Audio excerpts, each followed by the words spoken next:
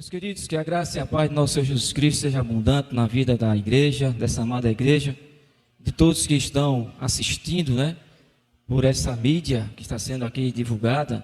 Deus seja abundante na sua vida. Eu quero convidar você a abrir sua Bíblia, livro de Colossenses, capítulo 3, que é o texto básico no qual foi passado. Estaremos conversando um pouco sobre a temática, conectados pela graça, perdoando e restaurando o relacionamento. E dentro dessa temática existe um contexto, onde nós estaremos conversando um pouco, explorando um pouco sobre a comunicação, sobre o perdão e a reconciliação como fundamentos para manter relacionamentos saudáveis na família e na igreja. E diante desse tema tão precioso, tão bem colocado na nossa modernidade que vivemos, vai ser isso que nós estaremos conversando um pouco. E à medida que nós formos avançando com a mensagem, outros textos também serão lidos.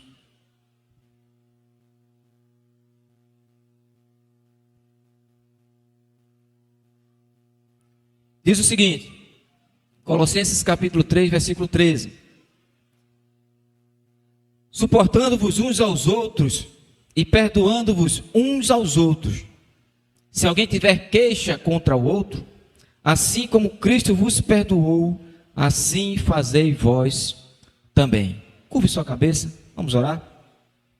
Querido Deus, muito obrigado, Pai querido, por mais esse momento maravilhoso, ó Deus, estar aqui na tua casa, meu Pai. E somos gratos, ó Deus, pelo privilégio, Senhor, de estar aqui com esta responsabilidade, meu Deus, de estar falando para o teu povo, meu Pai, aquele que tu escolhesse com a tua preciosidade. E, Senhor, que tu possa nos usar como instrumento nas tuas santas mãos, meu Pai. Dá continuidade, ó Deus, a tudo aquilo que já foi realizado aqui nesta casa, onde teu Santo Espírito já falou conosco através dos cantos que aqui foram entoados, dos louvores, meu Pai, do texto que já foi lido, Senhor, aqui na tua casa. E continua, Senhor, falando aos nossos corações aquilo que tu queres nesta noite, em nome de Jesus. Amém. Meus irmãos, eu tenho por princípio, acredito também que todos os servos de Deus também têm, de não preparar algo direcionado para alguém. Se coincidir, à medida que nós formos conversando aqui, onde você está, se coincidir com a situação que você está vivenciando, você curva a sua cabeça e pede a Deus, ao Santo Espírito de Deus, que lhe ajude a resolver essa situação.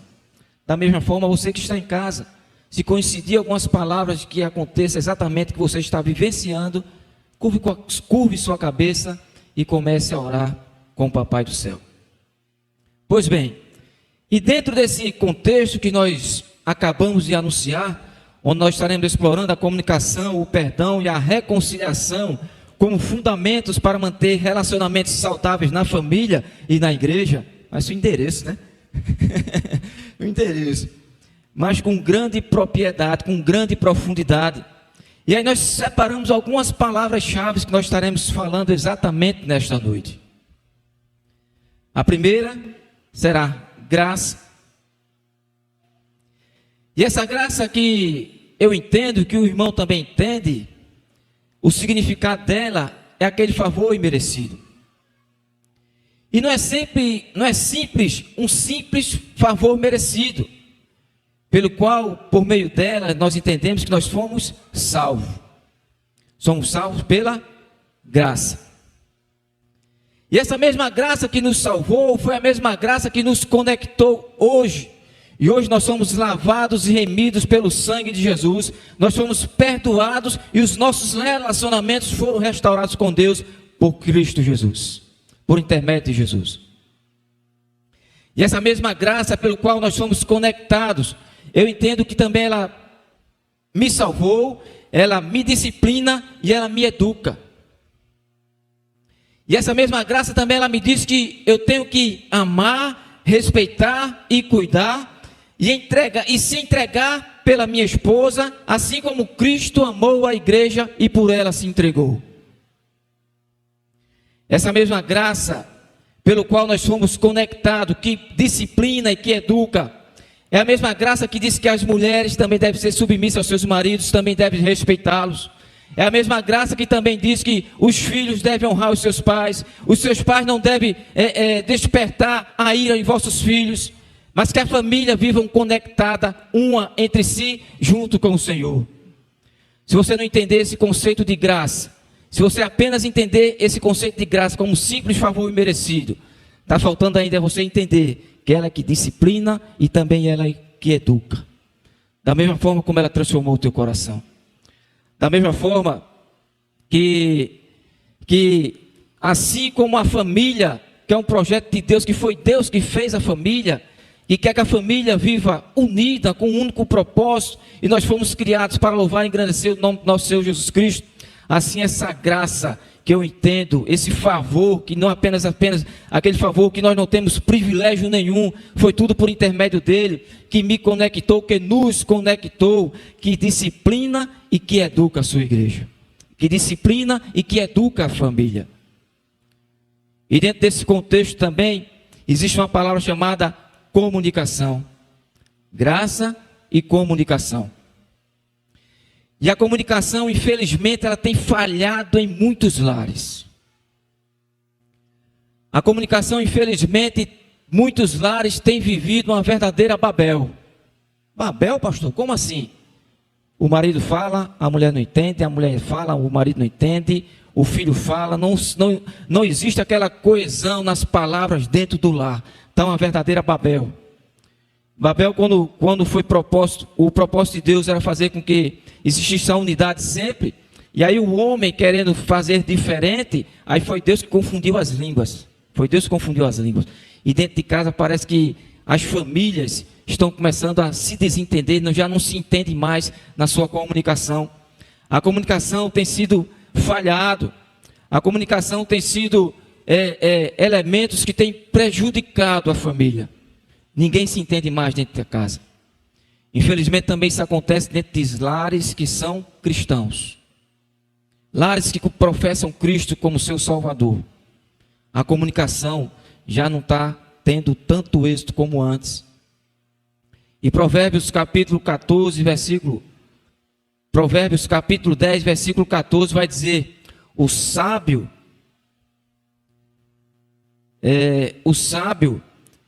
contém a sabedoria, mas a boca do tolo o aproxima da ruína.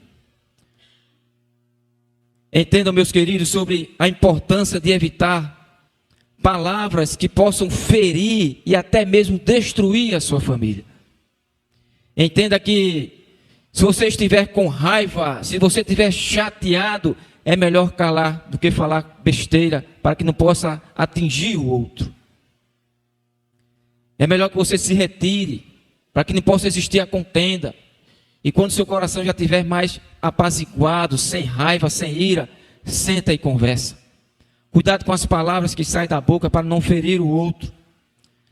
Para que vocês não possam contribuir, para que cada um, entes queridos da família, não venham contribuir para o desfalecimento dela, para o rompimento dessa família. E aí, dentro desse contexto, nós temos também o perdão. Graça, comunicação e perdão. O texto que eu pedi para que Alan colocasse foi o versículo na íntegra, que só estava somente a parte A, que é a parte temática do congresso, né? Mas o texto na íntegra é: suportando-vos uns aos outros e perdoando-vos uns aos outros.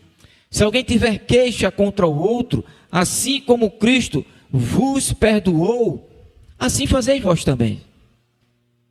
E aí nós achamos que temos o direito, né, de não perdoar ninguém porque nós fomos ofendidos. Eu fui magoado, né? Me magoei. Ele me ofendeu, ela me ofendeu. Ele não me respeitou, ela me respeitou. Meus filhos não me respeitaram. Fiquei chateado. E aí a gente esquece que esse contexto serve para a nossa família, para todos que ali se encontram, desse perdão mútuo. Essa ideia de pagar na mesma moeda, essa ideia de olho por olho, dente por dente, para o cristão não funciona. Não é isso que Deus quer. Não é isso que Deus quer, essa relação do perdão. Não pode pagar com a mesma moeda. Ele me ofendeu, eu vou ofender ela. E como é que fica o relacionamento entre a família dessa forma? Como é que você vai ter um relacionamento saudável dentro da sua casa se você só sabe projetar, só sabe falar coisas que venham a denegrir o seu esposo, a sua esposa, os seus filhos, os seus pais? Como é que vocês vão construir um relacionamento saudável? E o perdão faz parte. E aí você pode estar dizendo também: pastor, as coisas não acontecem com o senhor? Você não sabe o que foi que ele fez, você não sabe o que ela fez? Eu não sei de nada disso. Mas a única coisa que eu tenho certeza e convicção é que você precisa perdoar. Sabe por quê?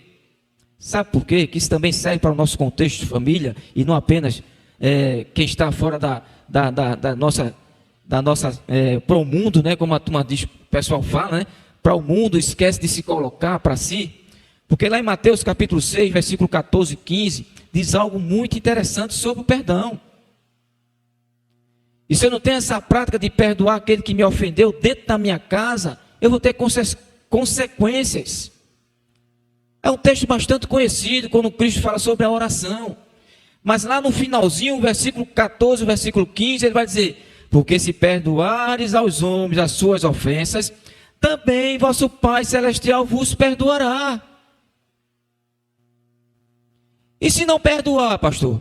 O versículo 15 lhe responde. São palavras minhas não. Está lá em Mateus capítulo 6. Confere aí na tua Bíblia. O versículo 15. Se porém não perdoardes aos homens as suas ofensas, também o vosso Pai não vos perdoará. Também o vosso Pai Celestial não vos perdoará. Isso serve para a família? Mas é claro que serve para a família. Eu fico imaginando quando tem um atrito dentro da família. O homem sai para trabalhar, volta, calado, entra, faz tudo. A mulher calada, porque alguém ofendeu alguém, feriu alguém, fica calado, vai dormir na mesma cama, calado, acorda calado, vai embora calado. Que é isso, gente? Que é isso? Nós temos que ter esse sentido de perdoar. Isso tem que ser viver no nosso sangue como cristão. Eu não sei o que ele fez, eu não sei o que ela fez, mas o perdão precisa prevalecer. O perdão precisa existir. Porque se eu não perdoo, Deus está dizendo que não perdoa também não. Isso serve para a família, serve para todos nós, para todo mundo. Se não perdoa, Deus não perdoa não. Nós temos que perdoar o nosso próximo da mesma maneira e misericórdia que Deus nos perdoa. Nós temos que olhar o nosso próximo, a nossa família, com um olhar de misericórdia e não com um olhar de justiça. É a grande diferença do homem com Deus. Deus olha para nós com um olhar de misericórdia. E nós achamos que temos o direito de olhar para o outro com um olhar de justiça. Isso dentro da nossa casa.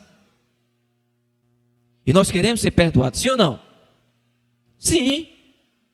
Se você falhou, você quer ser perdoado, você não quer ser condenado. Você não quer que as pessoas apontem para você, mas você quer que perdoe. E aí o perdão, eu entendo que ele é um processo contínuo. Contínuo. Por várias vezes você errou a mesma coisa. Por várias vezes você cometeu o mesmo ato falho. E você sempre pedindo a Deus perdão pelo seu ato falho que você já cometeu várias vezes, a mesma coisa. E você quer ser perdoado, sim ou não? Sim, é claro. E por que eu não posso repelir, né, aplicar esse perdão que eu recebo por Deus, que Deus me perdoa pelos meus atos falhos que eu faço continuamente, o mesmo ato que nós falhamos continuamente, e por que o outro, se falhar comigo 1, 2, 3 vezes, eu não posso perdoar, e principalmente dentro da nossa casa? Como é que eu vou desenvolver um relacionamento saudável dessa forma? Ou você está dizendo que eu errei, que eu fiz isso, aqui eu já não erro mais. Vou errar nisso aqui, mas isso aqui eu não erro mais. Conversa, irmão. Você quer que eu lhe chame de mentiroso ou de hipócrita? Aí você escolhe, o contexto é seu. Tenha certeza que você já errou no mesmo ponto várias vezes. E Deus derramou a sua graça e a sua misericórdia sobre a sua vida várias vezes naquele mesmo ponto que você falhou. E por que eu não posso perdoar aqueles que estão dentro da minha casa? Pelas vezes que ele falhou várias vezes no mesmo ponto. Para ele eu tenho que aplicar a justiça. E para mim eu quero que Deus aplique a misericórdia. Estão entendendo, igreja? Eu quero que aplique a misericórdia na minha vida e a justiça na vida dele, porque ele ou ela ou eles erraram. Como é que pode?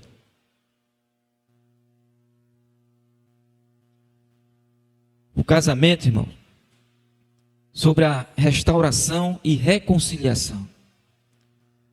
A única pessoa que fica satisfeita quando tem esse futuim dentro da família, chama-se Satanás, Lúcifer, o coisa ruim, né? Como o Márcio fala, né?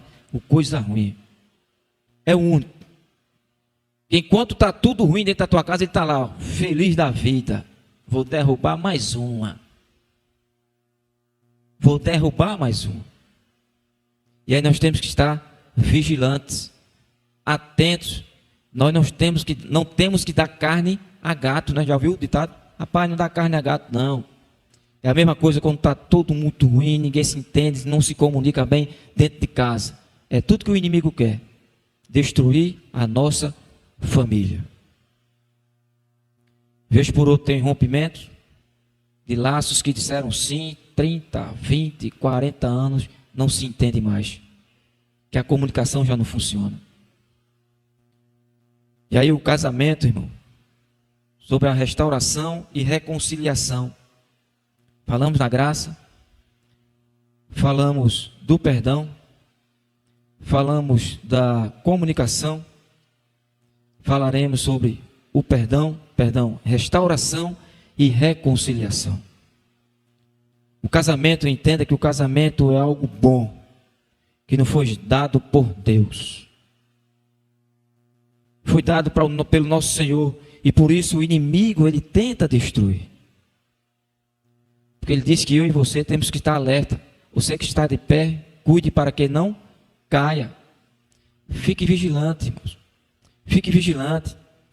Por certo, ele, cada vez que tem esse rompimento nos laços familiares, quando a comunicação não flui bem, né, quando tem aquelas brigas terríveis dentro dos lares, ele está satisfeito da vida. E eu tenho que entender que eu sou a pessoa responsável pelo meu lar. Alguém precisa ceder para se reconciliar. Alguém precisa ceder para se reconciliar. Repetindo, não dê carne a gato. E aí você diz, olha Senhor, eu estou passando por essa situação dentro da minha casa. Já tentei por várias vezes tentar resolver, mas eu não consigo. Pede ajuda a Deus. Ele vai estar ponto, estratégia para que você possa solucionar a situação, para que você possa resolver a situação. Ah, mas a gente não entende mais. Bota uma terceira pessoa para te auxiliar naquilo que você é falho, que você não consegue, irmãos.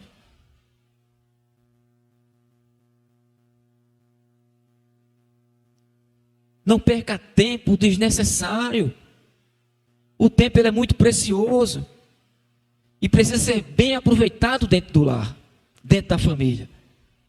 É verdade que todos nós passamos por problemas familiares, sim.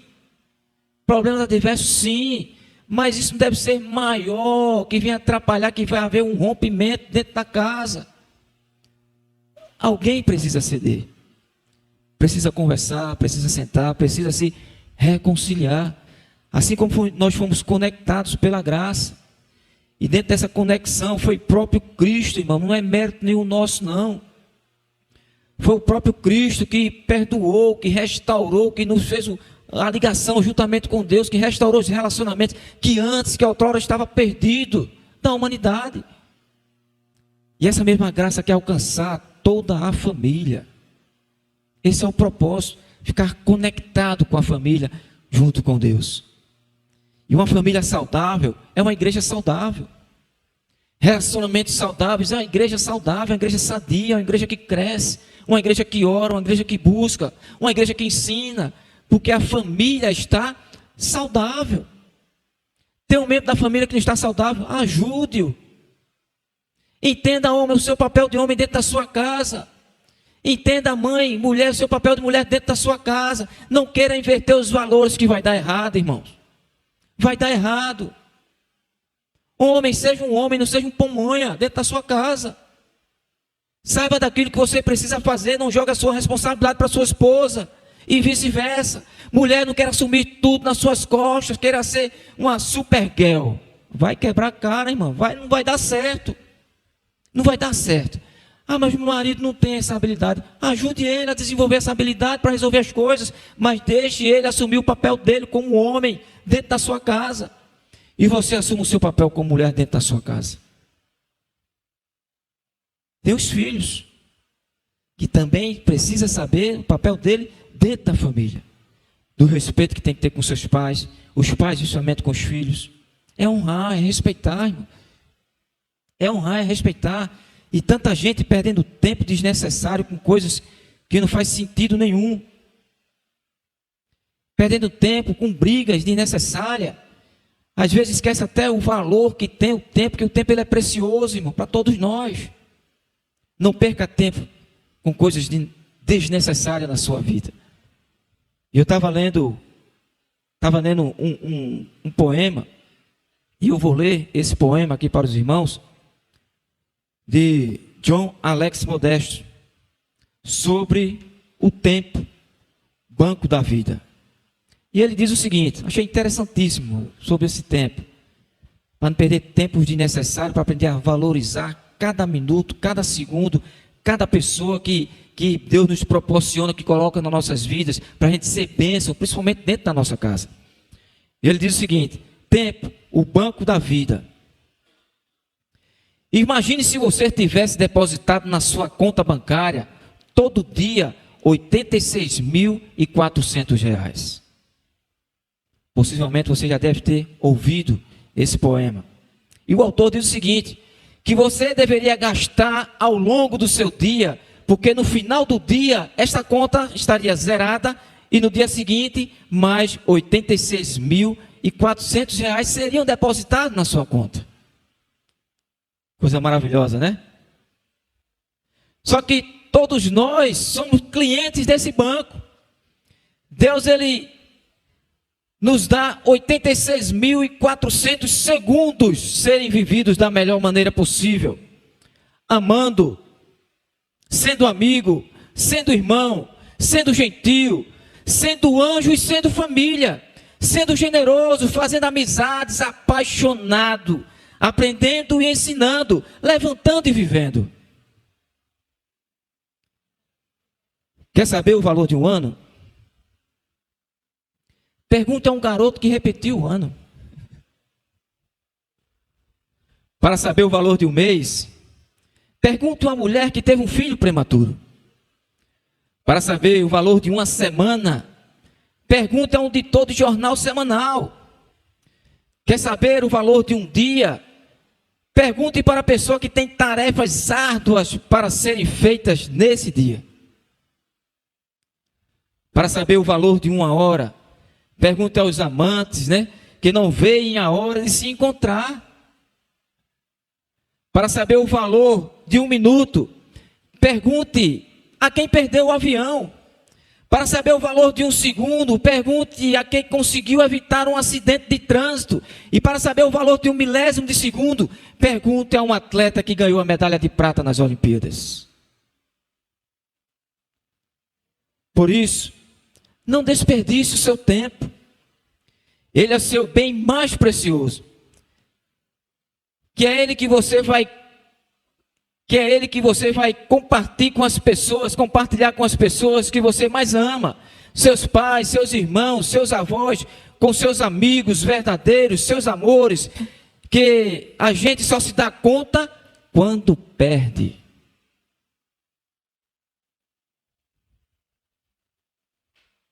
Eu tinha tanto beijo para dar, eu tinha tanto abraço. A gente tem que viver o agora. Não adianta a gente pensar que lá no futuro, e se não houver futuro? E se não houver o futuro? O futuro é o agora. O ontem é história. O amanhã é o mistério. E hoje é uma dádiva. Por isso que Deus chama de presente. Presente de Deus. Não perca tempo, irmão, com coisas que não têm valor.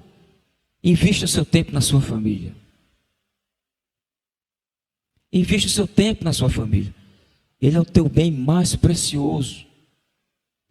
A família é o bem mais precioso. Invista tempo com sua família, com seus pais, com seus filhos, com seus avós, com seus netos. Se relacione bem. Permita que a sua família seja uma família saudável a partir de você. A partir de você. Não perca tempo desnecessário. E concluo repetindo o versículo base do nosso texto, da temática, quando ele diz: suportando-vos uns aos outros. Dê suporte àquele que está mais fraco. Ajude ao que está mais fraco dentro da família. Perdoando-vos uns aos outros. Libere o perdão. Libere o perdão. Se você tem queixa contra alguém, assim como Cristo vos perdoou, perdoe-vos também. Deus continue abençoando a sua vida abundantemente, que continue derramando graça sem medida sobre a tua casa, sobre a tua família, que você possa entender o seu valor e não permita que o inimigo venha atrapalhar o seu relacionamento dentro da sua casa. Cuide uns dos outros, perdoe uns dos outros, amem-se mais, né? E permita que Cristo seja a grande diferença dentro da tua casa, dentro da tua família, no teu coração, dentro da tua comunidade onde você está inserido, seja luz. Amém? Vamos ficar de pé, vamos orar. Enquanto a equipe já está se aproximando, nós estaremos orando. Se porventura algo que nós conversamos aqui identifica com você, aproveite a oportunidade de colocar diante de Deus, para que Deus possa mudar o quadro da sua família.